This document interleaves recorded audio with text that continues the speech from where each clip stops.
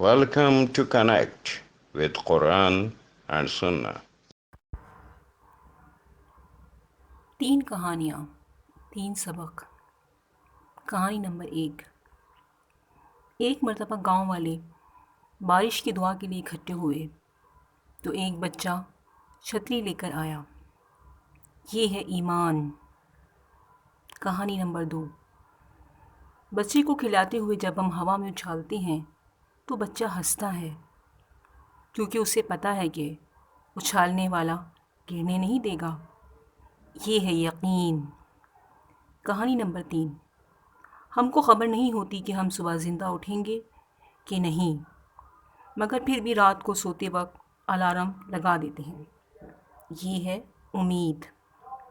بے شک اللہ پر ایمان، یقین اور اللہ ہی سے امید میں دنیا کے ہر مسئلے کا حل موجود ہے۔